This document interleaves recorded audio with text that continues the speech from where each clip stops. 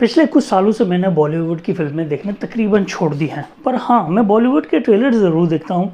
मेरा काम रिएक्शन और रिव्यू करना है, मगर हर ट्रेलर देखने के बाद मुझे निराशा होती है और ऐसा लगता है कि मैं बॉलीवुड से दूर हो रहा हूँ। और मुझे ऐसा भी लगता है कि ज़्यादा से ज़्यादा पैसा बटोरने की खातिर बॉलीवुड ने आर्ट को कुर्बान करके चीप डायलॉग्स। कुत्ते का पिल्ला कुत्ता होता है, शेर नहीं। तेरा बाप कुत्ता है, तू कुत्ते का पिल्ला है, कुत्ता है तू। मेरे मन को भाया, मैं कुत्ता काट के खाया। अब तू देखेगी मेरे जुल्म का हल्ला, जब मैं पहनाऊंगा तेरी नाक में अपनी हवस का छल्ला। तू आदमी नहीं है, तू है कुत्ते का पिल्ला। और हीरोइंस को कम कपड़े पहनाकर नचवाना, बिला वजह के आइटम नंबर्स और एक्साइटिंग सेक्स सीन्स दिखाकर फैंस को लुभाने का जो फार्मूला अपनाया है ना, वो ज़्यादा दिन नहीं चलेगा। और इससे भी ज़्यादा आजकल एग्जैजरेटेड पैट्रियाटिज़म या अल्ट्रा नेशनलिज्म का जो भूत बॉलीवुड में सर चढ़ के बोल रहा है, ख़ासकर मुसलमानों को, पाकिस्तान को निशाना बनाकर। चेतावनी देता हूं मैं पाकिस्तान को, अगर दोबारा हम पर हाथ उठाया तो हाथ काट दूंगा। तुमने हमारा बलिदान देखा है, अब बदला भी देखोगे। और दूसरी माइनॉरिटीज़ को टारगेट करने का जो फार्मूला इस वक्त बॉलीवुड में हाथों हाथ बिक रहा है, ये बॉलीवुड के लिए बहुत ख़तरनाक साबित हो सकता है। अगर आपके पास इस तरह का कोई आइडिया या स्क्रिप्ट है जिससे पब्लिक के इमोशन भड़काए जाएं, तो बॉलीवुड के प्रोड्यूसर उस स्क्रिप्ट को हाथों हाथ लेंगे। अब तो मैं ये सोचता रहता हूँ कि कहाँ गए वो दिन जब मजदूर, दो बीघा ज़मीन, मदर इंडिया और बूट पॉलिश जैसी फिल्में न सिर्फ सोसाइटी का रिफ्लेक्शन होती थी, बल्कि एंटरटेनमेंट के साथ साथ उनमें एक मैसेज भी छुपा होता था। 3 घंटे सिनेमा हॉल की फिल्मी दुनिया में गुजारने के बाद फिल्म देखने वाला प्रैक्टिकल लाइफ के लिए कोई ना कोई मैसेज या लेसन लेकर ही बाहर निकलता था।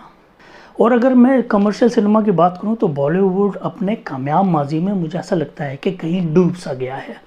हम सब जानते हैं जो बॉलीवुड को देखने वाले हैं कि बॉलीवुड ने हमें जो जीता वो सिकंदर, कुछ कुछ होता है, रंग दे बसंती, 3 इडियट्स, परिंदा, शोले, शराबी, अग्निपथ और राम लखन जैसी कामयाब फिल्में दी हैं।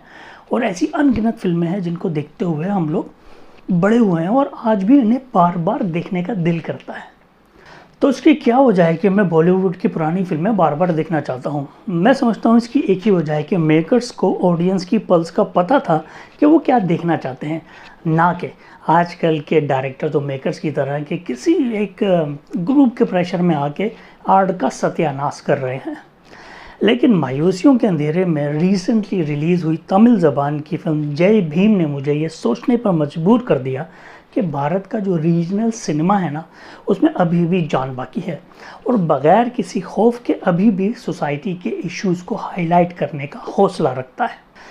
किसी बड़े बैनर और फेमस एक्टर के बगैर इस तमिल फिल्म ने ज़बरदस्त तरीके से एक बहुत अहम सोशल इशू पे बात की है, जिसे बॉलीवुड मुकम्मल तौर पर नज़रअंदाज करता आ रहा है।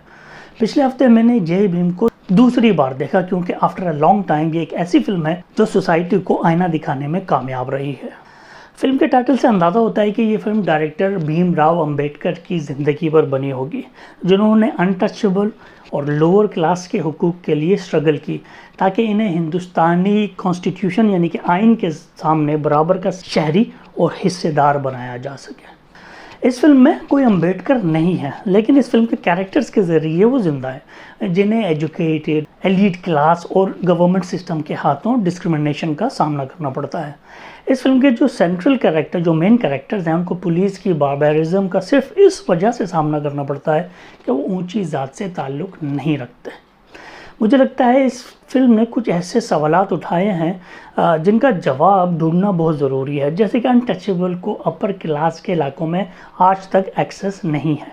वो ज़मींदार के खेतों में काम करते हैं और खेतों में चूहे पकड़ते हैं जो फसलों को तबाह कर सकते हैं, मगर ये चूहे इनके लिए ब्लेसिंग से कम नहीं है, क्योंकि वो सिर्फ चूहे का गोश्त खाकर ही अपना पेट पालते हैं।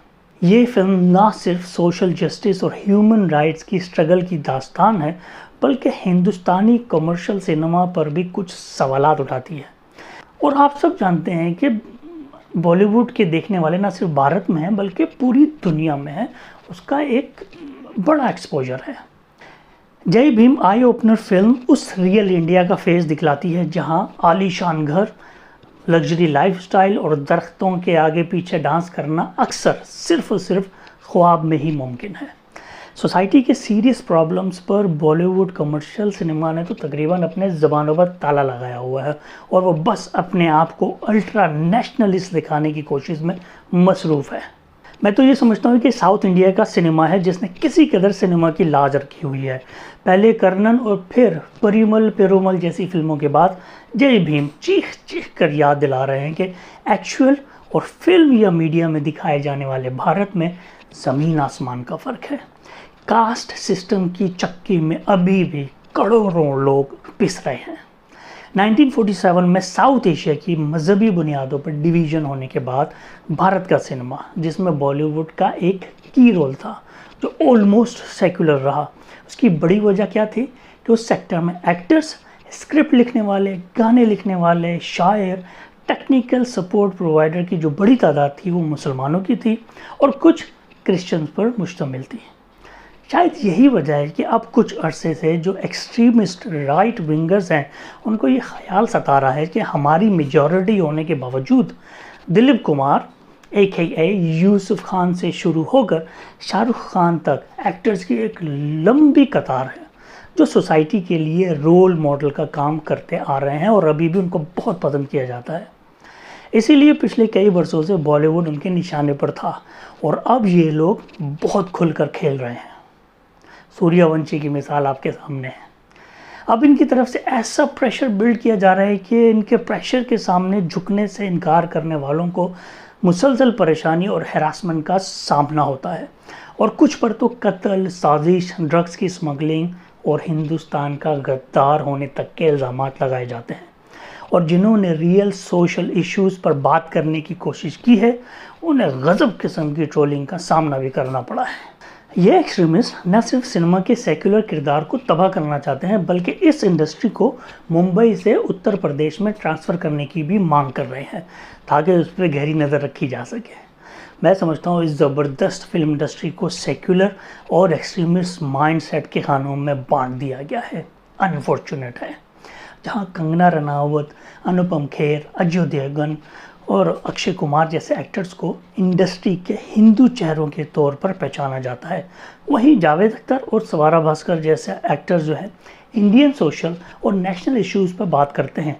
इन्हें लिबरल और गद्दारी के खाने में रखा जाता है और इनको हिंदू ट्रोलर्स का जो सामना करना पड़ता है, अरे भैया कानों पे हाथ लगाओ यार, उनकी हिम्मत है।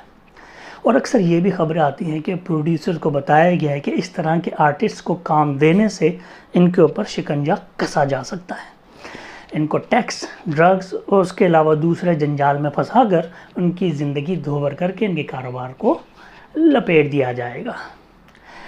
याद कीजिए ये वही बॉलीवुड है जिसके एक्टर्स 5-6 साल पहले ट्विटर पर महंगाई और इंडस्ट्री में रेवेन्यू को किस तरह इंक्रीज़ किया जाए इस तरह के प्रॉब्लम्स पर बात करते थे, मगर ऐसा लगता है कि अब उन्होंने अपने आप को मुकम्मल सरेंडर कर दिया है, अपने आप को कटहरे पे खड़ा कर दिया है और हाथ बांध के खड़े हो गए हैं।